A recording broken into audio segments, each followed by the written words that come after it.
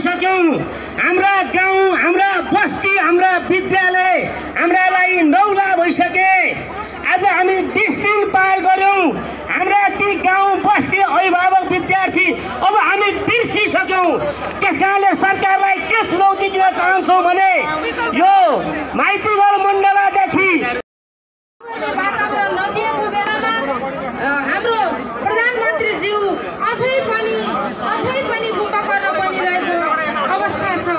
होसियार छ, यो शैक्षिक खुट्टा कमाउने छैन। हामी सबैले हाम्रो नेतृत्वलाई साथ र विश्वास दिलाउनुपर्छ, विश्वास दिनुपर्छ र हाम्रो आन्दोलन जारी नै रहनेछ। हामी शिक्षा नआउँदासम्म कुनै पनि हालतमा घर फर्कने छैनौँ भन्दै शिक्षक महासङ्घमा हामी आबद्ध सम्पूर्ण शिक्षकहरूको ऐक्यबद्धता जनाउँदै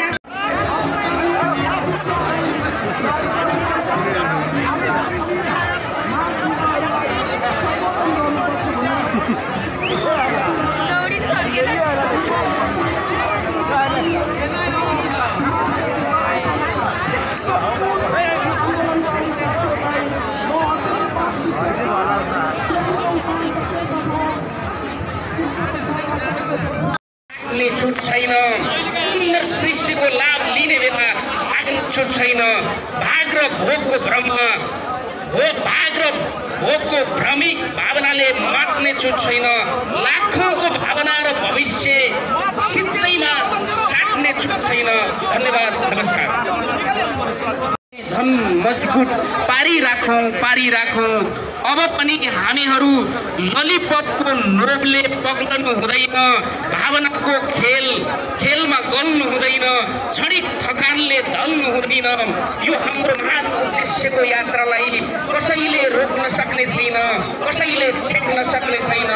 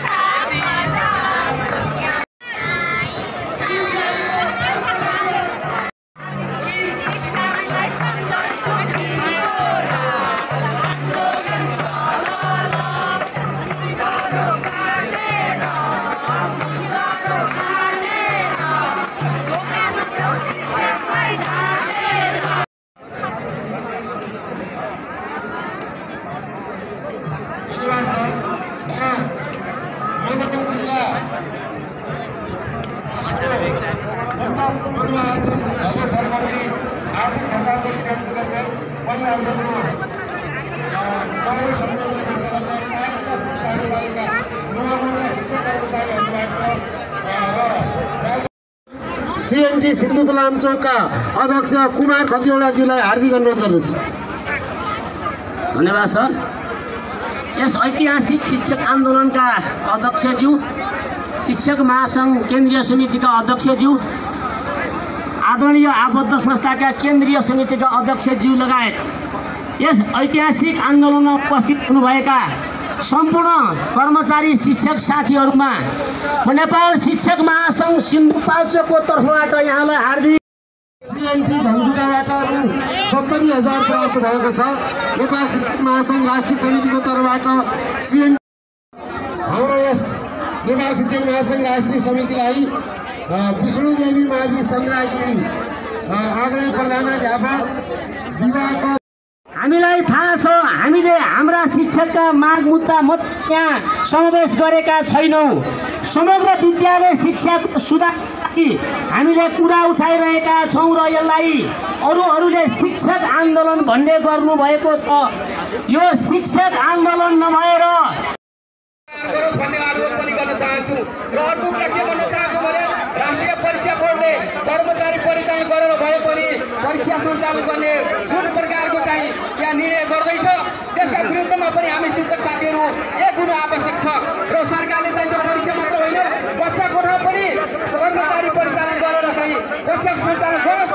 हामी चाहिँ यो मैदान छोड्न चाहन्छौँ भन्ने अनुरोध गर्दै सम्पूर्ण शिक्षक साथीहरू अब सङ्घीय शिक्षा जारी नहुँदासम्म शिक्षक महासङ्घको जुन आन्दोलन छ त्यो आन्दोलनले परिलक्षित गरेको